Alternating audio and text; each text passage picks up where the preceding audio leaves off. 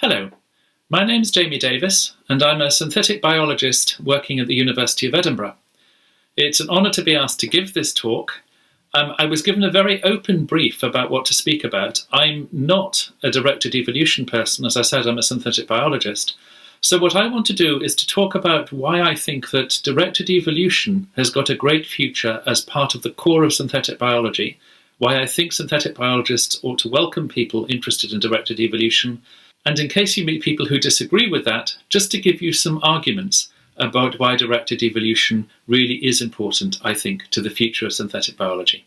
I don't need to tell you what directed evolution is because you know that, you're part of this whole event. Obviously you're interested in it. But I do just want to point out that directed evolution, taking a broad view of what that means, is ancient. For at least 12,000 years we've had companion animals whose breeding we've governed by selective breeding, selective mating, choosing which animals we want to keep, which animals we want to breed from, and so forth. And that's given us dogs from around 12,000 years. It's given us domesticated pigs from around about 9,000 years ago. Very importantly, it's given us domesticated oxen from around 4,000 years ago, and that caused the first great agricultural revolution because oxen can pull ploughs.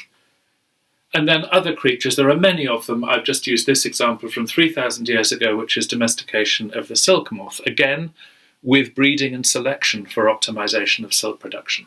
So this has been going on for a very long time. Only relatively recently have we known how it works. So really, I think it's fair to start this with Darwin, understanding the role of selection in shaping the changing of a species and ultimately the origin of species. Gregor Mendel, as one of the founders of genetics, although people like Bateson were also critical because Mendel's work was sort of lost. Scientists like Barbara McClintock in understanding the behaviour of chromosomes and the connection between genes and chromosomes. Conrad Waddington starting to understand how developmental genetics works, and particularly Waddington driving the kind of new synthesis where we understand the evolution of something in terms of changes of its embryology. And of course, for the molecular era, Rosalind Franklin getting the first images of DNA that could be used to determine the structure of DNA and leading to genetics being a kind of branch of the molecular sciences where we can do chemistry at genes, we can read them, we can synthesize them, we can manipulate them, rather than just treating them as mysterious objects, as everybody up until that stage had to. It's interesting that as a species we were using directed evolution for much longer than we understood it. Actually, it's not at all unusual for engineering and application to lead the way and science to play catch-up. To give just 3 examples, rockets have been flown since at least 850, when they became common in China, powered by gunpowder. The physics behind the rocket, essentially Newton's laws of motion, particularly the third law, the one about action and reaction, was only established in 1687. The lateen sail, the kind of sail that you can use to sail almost into the wind, has been around since about 100 BCE, but the Bernoulli principle, which explains how a sail like this works, how it generates low pressure ahead of its leading edge and sort of draws the boat forward by the difference in pressure of the air behind and the air in front, that was only understood by Bernoulli, published in 1738. Newcomen steam engines were puffing away in British coal mines and British tin mines since 1712. The action of a steam engine wasn't understood really until the advent of thermodynamics, particularly by Rudolf Clausius, who published in 1870. I could go on with many more examples like this, but the point is that it isn't unusual to be in the situation of doing something that you don't altogether understand, but is useful. And I think it's worth keeping in mind when we're talking about where and how to apply directed evolution, that mankind has very often been served by doing things whose inner workings we don't altogether understand, but they work for us. I'll return to that theme at the end of this little talk. What scientific understanding of directed evolution, and particularly of what genes are and what molecules are, and that entire area of molecular biology has done, as well as explaining what we were doing when we were breeding dogs and pigs and wheat and so forth, it's given us tools. And again, this is typical. Once you do get the kind of retrospective science understanding and scientists caught up with engineering, then you can apply the scientific principles to really accelerate engineering in that area, because you now do understand what you're doing. So, for example, rather than relying on completely random mutations happening at random times and at set rates, the way that they're used to with breeding animals and things, we could very quickly use mutagens to speed up the rate of general mutation, but more intelligently start using site-directed mutagenesis so that we can use, for example, error-prone PCR or a whole bunch of other techniques that a lot of you will know far more about than I do, to generate a lot of random mutagenesis within a specific area of a specific gene while leaving the rest of the genome essentially alone, thus making exploration of, for example, the active site of an enzyme and all of its possibilities and how that affects the enzyme much more efficient than it would be if we were just mutagenizing cells completely at random. I said right at the beginning that I wanted to talk about the way that directed evolution can fit with and can improve synthetic biology. And that's a personal interest. I'm not trying to make directed evolution a subset of synthetic biology, because directed evolution can be used analytically, it can be used as something in its own right, but I have a particular interest in synthetic biology, which is why I'd like to focus on directed evolution as a way of doing this, because it's not something that's written about very much. It is something which is used, but at the moment it's almost used with embarrassment and shame by a lot of people because of something strange that happened to synthetic biology at the turn of this century. And what I just said about the strange thing that happened is to do with the meaning of the phrase synthetic biology. Synthetic biology is an old field. It started way into the 19th century, so by 1860s and 1870s, there was already quite a lot of active synthetic biology going on, particularly in France and Germany. And by 1912, when Stéphane Leduc wrote La biologie synthétique, there had been such a lot going on that it was actually worth publishing a big book to try to draw all of these threads together. A great deal of what was done in those days was essentially biomimicry, in the hope that by building something that behaved like the biological entity, the builders would gain an understanding of how the biological entity worked. And of course, people who write computer models of biology now, many of them are essentially playing exactly that game. If they can make the computer model behave like the biology, with luck they've captured something important. Then, round about the turn of the 21st century, people got interested in synthetic biology again, in building stuff. But a bunch of people sort of got together, sometimes literally got together in conferences, and defined synthetic biology suddenly in a really narrow way, effectively as a wet version of electronics. And it's interesting that some artists picked up on this. So when they were making covers for, Time magazine and Nature and things like that, they actually used images like these, which clearly are drawing electronic items inside a cell, because they picked up very clearly that this was being seen as a completely electronic view of life. The thing about electronics is that you have standard sets of components that are made in a very standard way. You have very standard measurements. You can put circuits together with tremendous predictive power. You can download free computer programs that will model even very complicated circuits for you and tell you exactly what they'll do, or even you can sort of tell, well, this is the behavior I'd like. What value of inductor and capacitor do I want in this bit of the circuit, please, in order to get a curve like that? And the computer will make all those calculations for you. Electronics is mostly a super rational kind of engineering where we know the exact properties of the components, and we can deduce from the properties of the components the exact property of the emergent system, the radio, the television, the computer, the whatever it is that we're building, that we've built. And this seemed to be the ambition round about the turn of the century for synthetic biology.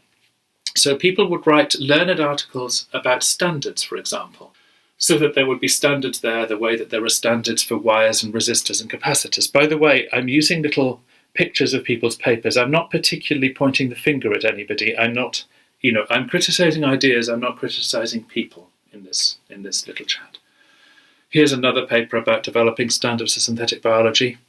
Holding predictability up as something which is very, very important to achieve, and again, achieving that through standards, achieving it through standard components. Here there's a paper on using data sheets to inform automated design. And again, articles about engineering components that behave very robustly and very predictably. And calls for refinement and standardization of synthetic parts. And if you look at the underlined bits here, very clearly, what the authors are proposing to do is to adapt existing frameworks for describing engineered devices, and here they're really talking about electronic devices. Mechanical as well, but electronics is by far the dominant metaphor here. So adapting the existing frameworks for describing engineered devices to biological objects. And their aim is to enable the reliable composition of standard biological parts and to facilitate the development of abstraction hierarchies that simplify biological engineering. Abstraction hierarchies are things like, instead of having to think of all of the components in your television, you can think of modules. You can think of, here is the RF receiver that receives the radio signal from the antenna and demodulates, and here's the demodulator that demodulates it, and here is the bit that controls I was going to say picture tube, that's me being old-fashioned, that controls the LCD screen or whatever it is. And just thinking of things in hierarchies of modules is what's being talked about here. And people produce registries of standard biological parts. Some of you may have been part of iGEM competitions or have certainly read about them or just followed along. And the big BioBrick repositories of what are essentially components that have been designed with the view that you can sort of take them off the shelf and put them together the way you can electronics. And there are even data sheets. With real electronic components, you have data sheets like this. This is one of my favourite valves or tubes if you're from the American-speaking part of the world. I happen to love vintage electronics, which is why I have a favourite tube. And you have, okay, here's the catalogue number of the tube, and here's a sort of description of its structure, and then here are some characteristics of anode current against voltage for different values of grid voltage and so forth. Here we have the biological equivalent. Here is a plasmid. Here is its structure being drawn rather as the component structure was drawn there, and here we have some nice curves of its behaviour against input parameters. People are really trying to do, many people are really trying to build biology exactly like the electronics. And I think this has been going on for long enough that we can ask, what's the evidence about whether this approach actually works? So in a classical engineering approach, you've got your catalogue of standard parts and modules, and you have an aim, and that helps you come up with a design, and you may be using computer-aided design tools or not, for that depends on the complexity of what you're doing. You can think of your design in a hierarchical modular plan, so we'll have a grand module for doing this, which splits up into these little modules, each of which will have components. You may model the whole thing on a computer before you build it, just to make sure that all of this acts the way that it's supposed to, and you haven't forgotten something. And then you build the thing, and the idea is that you get a quality assured product. If it doesn't work, then you may have to have a bit of a remedial loop and go back to the drawing board. But if all of this engineering approaches work properly, then you should be able to go from here to there as surely as I can rifle through the radio spares catalogue and come up with a design for a little radio ham transmitter and know that I'll be on the air, and when I hit the Morse key, then it will work. For very simple projects, this might be true. These are some slightly random pictures. The top one is Lev Skya's brilliant bacterial camera, where bacteria respond to light and by making an enzyme which can be stained for so that the whole thing can act like a camera. These are self-organizing mammalian systems that have been built in my lab, where we're using synthetic biology to study patterning by trying to create patterning in simple cell sheets or in embryonic stem cell derived embryoid bodies, where we create artificial patterning systems there. And these are all very simple, but even in this example, and it's an example I applaud, I absolutely love this paper, there are sections like this where they talk about looking at individual examples of cells that have got a particular component in, assaying how well they work, and then choosing one of them that happened to work particularly well. Now that wasn't part of that. This is just supposed to work. There shouldn't be a question of, well, some of them may work well and some of them may not. But already, even with simple things like this having to select is already starting to come in. How about more complicated things? Well, I think the absolute kind of, the poster child for synthetic biology, ever since it came along, has been the engineering of yeast cells to produce the precursor of the antimalarial drug artemisinin. So artemisinic acid is the precursor. Because there were allegedly problems in getting enough artemisinin from botanical sources, and it's an awkward synthesis, but having a biosynthesis of this that doesn't depend on difficult to get at plants would be a way of increasing the amount of this rather important antimalarial drug that was available in the world. And this was a beautiful piece of work led by J. Kiesling. And it was metabolic engineering, and it involved putting about 3 extra enzymes in yeast to alter a metabolic pathway that's already in yeast to divert some of its resources to make this stuff. So in principle, this should have been, well, here are our components, let's design with them, let's build, let's grow the cells, and let's enjoy all of the artemisinic acid that came out. A very simple, once round the design, build, test cycle. This is what the progress actually looked like, and somebody who was involved in that paper has verified that this really is, a fair description. And what we're effectively doing is going round and round and round design, build, test cycles. So the first idea, the actual aim initially, was to do all of this in E. coli. And some plasmids were constructed, and the yield was terribly low, probably because of an interaction with host metabolism. So there was then some modification to what was going on in the E. coli metabolism, some more construction and transfection. That worked, but the yield was still 50 times too low for commercial use. There was then a change of a different gene, more construction, testing, and the yield was okay, but only of a precursor that wasn't very useful, not the artemisinic acid. So then there was a major decision to switch to yeast, a completely different organism, to construct the plasmids and the artificial chromosomes for yeast, then to hit the problem of the lethal oxidative stress that was going on, modify the yeast, engineering it again and finding you get a low yield, add another enzyme from a different source, engineer the yeast and get a better yield, add yet another enzyme and delete something which is natively in the yeast, and then finally get your success. Now, this is still the use of the design, build, test cycle I'm sure you've heard a lot about, but this is a very long way from predictive design of the sort that everybody keeps telling us synthetic biology is about. This is not how things look when you want to build a piece of electronics. Here are some other stories. So these are mostly commercial, some of them not commercial, examples of biotechnology, essentially. So it's not all as big as synthetic biology. Some of it you just call enzyme engineering or metabolic path engineering, I guess, is more like synthetic biology. And this is where it started with standard components. Well, no, all the way down it didn't. Was it modular? No. Did it use standard testing? No, in none of those cases. Here's another lot. Again, mostly we're not using standard components except down here with the BioBricks arsenic sensor where standard components were used. And again, they're not modular, and the testing only in this last example was partially using a standard method, probably because it was being done by enthusiasts for that method.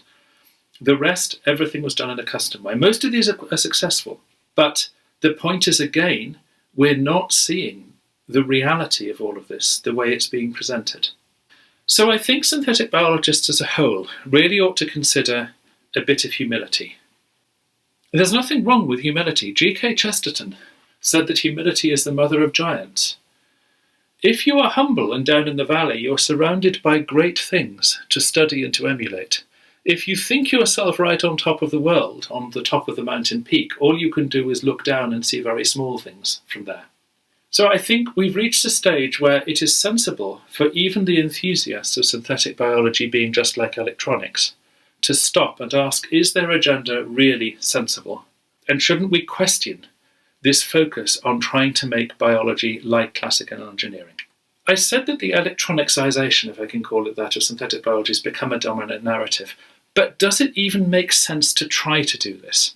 Look, what I mean, let's think of another technological change, the change from using horses for road transportation to using cars. People had a kind of choice when they did that. The imaginative ones would realise we're moving into a new technology now, so let's use all of the features of the new technology. We've got a nice engine in this, we can have our 4 wheels, and then we can use the sort of materials we're using to have nice comfortable things like a roof and a windscreen and all of that kind of thing. These are the people who saw that they were moving to a new technology, so there was no reason to keep doing things the way that they're used to in horse-drawn days. This, on the other hand, clearly comes from the mind of somebody who is still basically thinking of a horse-drawn carriage and has just replaced the horse with an ugly little sort of motor-driven thing, with somebody sitting up here, much as he'd normally be sitting holding the reins of a horse, holding this awkward cranked and geared wheel. I think you'll agree that the people on the left were probably being more intelligent about how to use the potential for new technology than the people on the right, although I must say the thing on the right does look quite fun, and if I could ever find one, I'd love a go in one.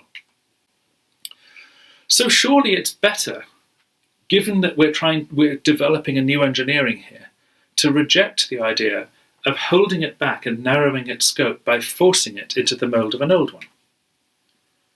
And what I'd suggest we do is we go back to how the Victorians were seeing all of this, that synthetic is simply the companion of analytic. Classical biology is like this. You understand the existing, for example, these anatomists dissecting a body, and the synthetic is, okay, this is a mechanical example, but that's when you start to build bodies.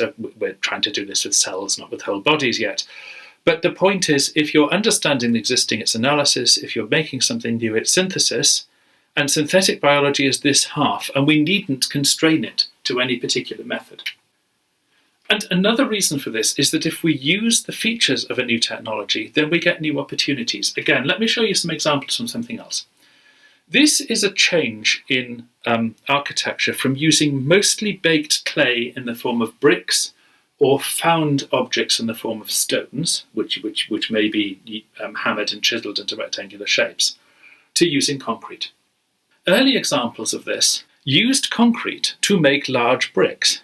So clearly the mindset of a world of bricks was still very much alive in the mind of whoever designed this, Orlitt and Taylor, who designed this, which is a concrete house. And the concrete, I don't know if you can see, if I use the magnifier, you can perhaps see that the concrete is making huge blocks. This is like kind of children's Lego, so that the whole house is being made out of great big blocks of concrete. It works. I actually live in one of these houses. The photograph isn't of mine, but I live in one of these houses, and actually they're very comfortable. But using concrete as if it were bricks is a bit of a wasted opportunity compared to thinking we have a new material, what can we do with it? The people on the left, designing what's on the left, were being constrained by an old way of thinking. So all they were going to get was a concrete version of something you could have built with brick. The people on the right were building something which could never have been built with brick because they're using the new features of the material. As synthetic biologists, surely when we switch from dull components with wires and bits of carbon in them and bits of silicon in them to living cells, I think we'd be utterly mad if we weren't to embrace all of the things that life can do that our old materials can't. There are lots of things that life can do that our old materials can't, but some particularly important ones that electronics can't do. Here's a little amplifier. As I said, I like vintage stuff. This can't reproduce itself. If I want another one of these, I have to build another one of these. It can't alter its own design. I mean, a component can fail, which I suppose effectively alters its design, but apart from things letting the smoke out, it can't alter its design. It can't explore alternative architectures to optimize itself. It is what it is. And alas, it can't repair itself. This can do all of those things. There's a lot about the material of synthetic biology that's there to use if only we are willing to embrace it. The whole cycle of reproduction and alteration and selection, of course, is what drives directed evolution. And directed evolution has already been used very successfully for many, many things. A lot of its use is in altering enzymes, either to keep the same substrate specificity, but for example, to make an enzyme work at a different temperature, or to change substrate specificity. It's been used to generate a lot of enzyme products that are useful. For example, these are small drugs, and these are inhibitors. I mean, this is a crazy structure, but this is an inhibitor for a protein called Notch. This is HIV's protease inhibitor. Androgen receptor binder, that's to do with human hormonal signaling and so forth. All of these things are useful drugs, and they've all been produced by directed evolution of enzymes. Here is another enzyme which can be used to make sitagliptin, which is a rather difficult to make drug which is used for anti-diabetes. So there are lots of reasons for using directed evolution in synthetic biology. It works, and as I said, I think it's crazy to shut out something which is unique to life just because it isn't electronics-like. That's as stupid as saying you can only use concrete if it looks like a brick. What arguments, apart from just stick in the mud, we want to carry on with engineering as it always was, what arguments might there be against using directed evolution? I think there are 4. They're written on this slide, but I'll go through them one by one. One of them is that we throw away the idea of having a predictable performance and therefore, in a way, also a predictable length of project. That's an important point because directed evolution is inherently unpredictable. You don't know what the optimum is. You don't know how long you'll take to get there. You don't even know if what you're trying to do is possible. That argument, I think, would be more convincing if non-trivial synthetic biology projects actually ran the way they're supposed to. As I've already indicated to you, they don't. They're not predictable. They end up with a whole tangle of problems that have to be solved. So I don't think we're taking much of a backward step. We're not letting go of predictability. We never had it. Other more subtle arguments and sensible ones, that as you explore a bigger volume of search space in directed evolution, then the whole experiment has to scale up really, really quickly with that. And you can only use directed evolution if you have a fitness landscape. If you've got all or nothing changes from kind of 0 to 1 with no slope, then you can't really use it. There has to be a fitness landscape that your organism, your genotype can crawl up. And those are genuine problems, but to some extent, you can reduce them by targeting mutagenesis to the sites that you're interested in, by smart selection, so that you can be reading out many, many plates or something like that, or of course with luck, have only your best organism surviving, and also use the fact that we now have large-scale, high-throughput lab automation. And for the fitness landscape, yes, you have to find something where you think if it's not a problem with an analog fitness landscape, then it's not going to work. But almost all biological problems are analog. And then the other problem, which is an important one, is that if you use directed evolution, you don't really understand why something works, because you haven't controlled what changes are being made. And there were lots of examples of directed evolution. There's one in a computer example, there's one that involved in a trading strategy for Wall Street, and it got fantastically complicated, all of the changes, and I think it's fair to say that nobody really does understand how that works. Or an example here, this is an interesting one. Neither of these is biological, but this was a genetic algorithm on a computer used to design an antenna for a spacecraft, an omnidirectional antenna. Nobody would have come out with that ridiculous shape as an optimal antenna. But it worked. It was the optimal antenna that came from the whole program. What people then did is analyze that backwards to work out why it works so well. And that's the point. What we can always do is work back from the optimal organism or the optimal genome, or the optimal enzyme, whatever it is that you're doing by directed evolution. We can always work back, look at how that changed from the wild type, and learn from that. So we do the analytical science after the synthetic.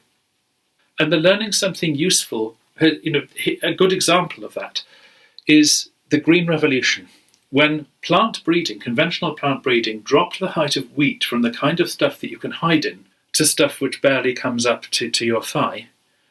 And when that was done, people did a retrospective analysis to ask what is it that's changed in the wheat, and that identified a height control pathway which can now be messed around with deliberately in other plants so that you can repeat the Green Revolution that was done with wheat with other plants, so that you still get the high crop yield in terms of your grain, but you don't get the wasted energy going into the high stalk. So directed evolution, no, you don't immediately know how it works, but it gives you a really good clue for learning something new. It's therefore useful for science as well as for engineering. Also, not having to understand something at the beginning can be a powerful accelerator. I've already mentioned that we have this myth that scientific understanding has to come before application, and that's rubbish. In history, application very commonly comes first. Is that true in biology as well?